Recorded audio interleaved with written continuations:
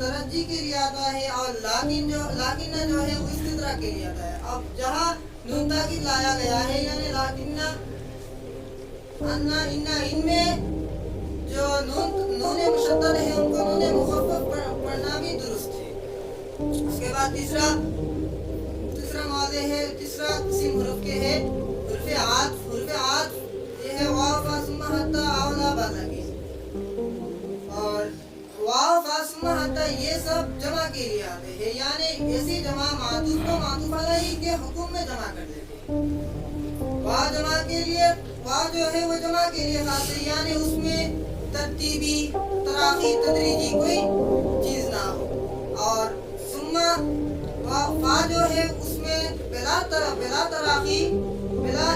تراخی ترتیبی ہو، اور ثم جو ہے اس میں تراخی بھی ہو، حتی اور ثم دونوں میں تراخی بھی ہو اور ترتیبی ہو، لیکن ثم میں اکثر ہو یعنی زیادہ ہو.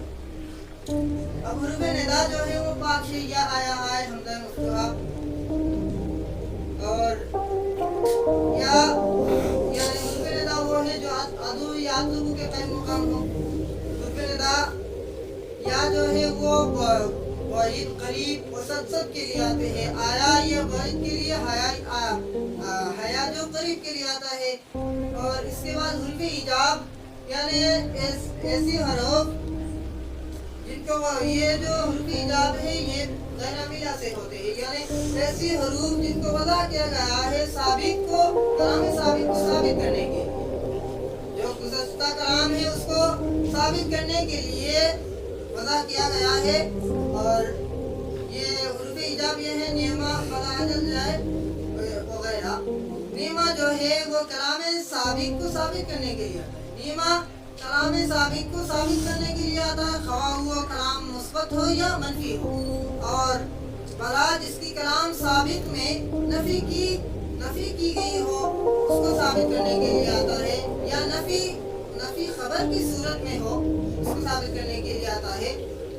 اور ای جو ہے وہ استفہام کے بعد ثابت کرنے کے لیے آتا ہے جس کے قسم لازم ہے.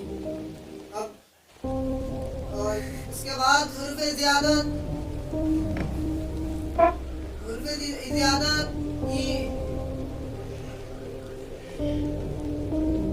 انا و ما و لا مین والبا واللام. تو این جو ہے ان تین مواقع میں زائد ہوتا ہے. ان جو ہے وہ تین مواقع میں زائد ہوتا ہے، ماء نافیہ، ماء مصدریہ، ماء لام عینیہ. اور ان جو ہے وہ دو مواضع میں زائد ہوتا ہے، لام عینیہ اور لا حرف شرط کے بعد.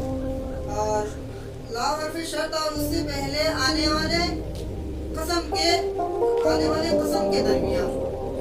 اور ما جو ہے وہ 7 مقام میں زائد ہوتا ہے، ایک اذا شرطیہ، دوسرا مدہ شرطیہ، تیسرا آئے شرطیہ، چوتھا انا شرطیہ، پانچواں آئینہ شرطیہ، چھٹواں این شرطیہ. اور بعض حروف جر کے بعد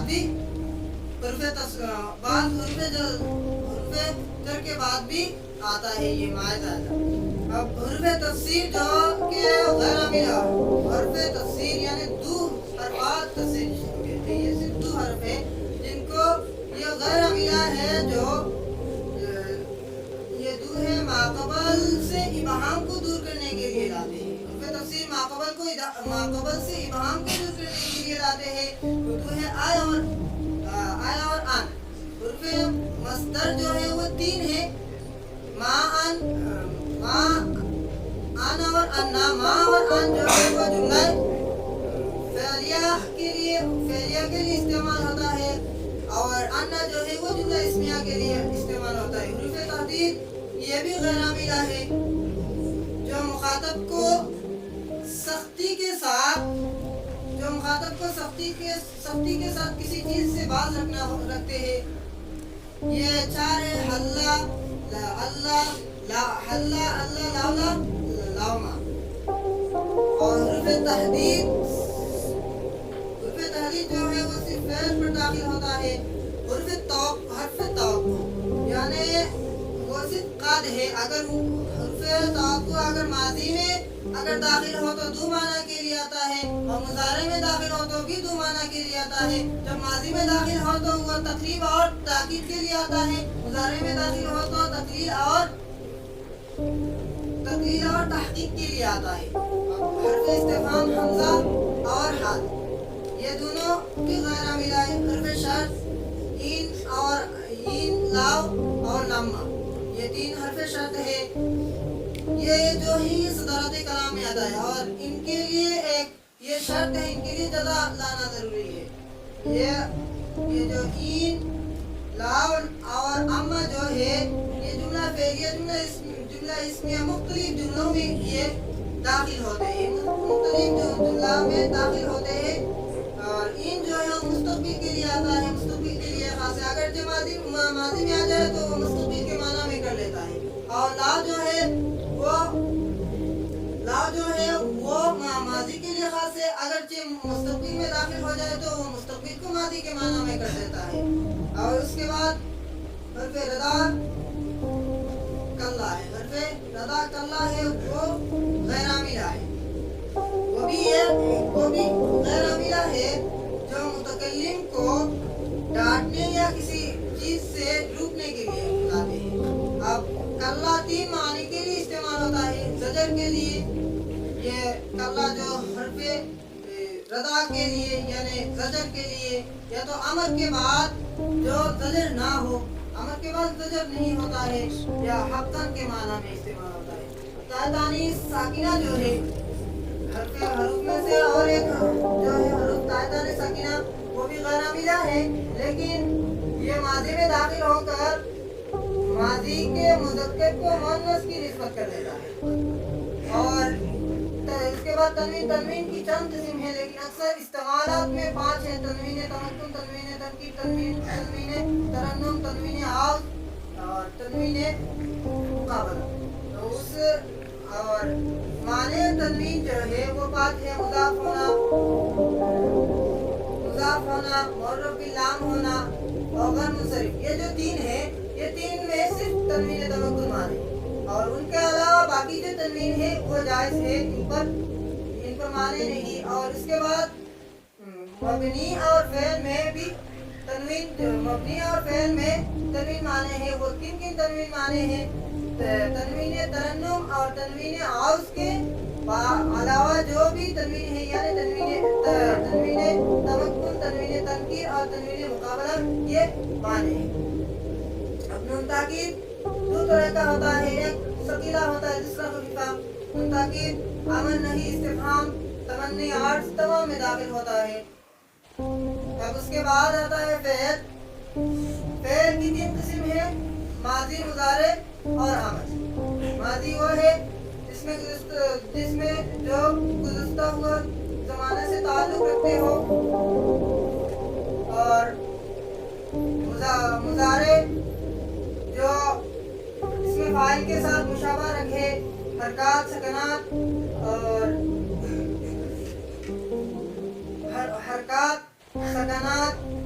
اور اس کے علاوہ لفظان بھی عمل کرتا ہے.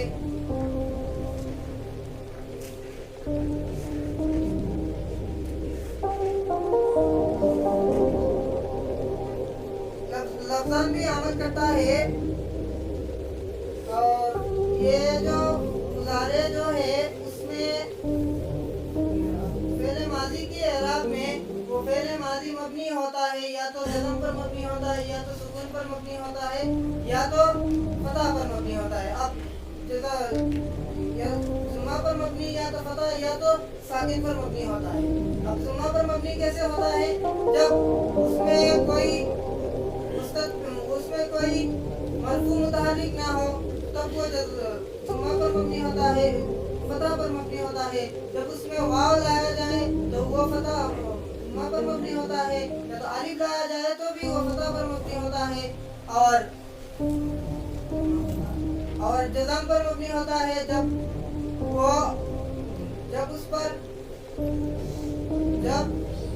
وہ ساکن ہو جائے یعنی کسی ضمیر متحرک ہو جائے تو وہ جزم پر مبنی ہوتا ہے.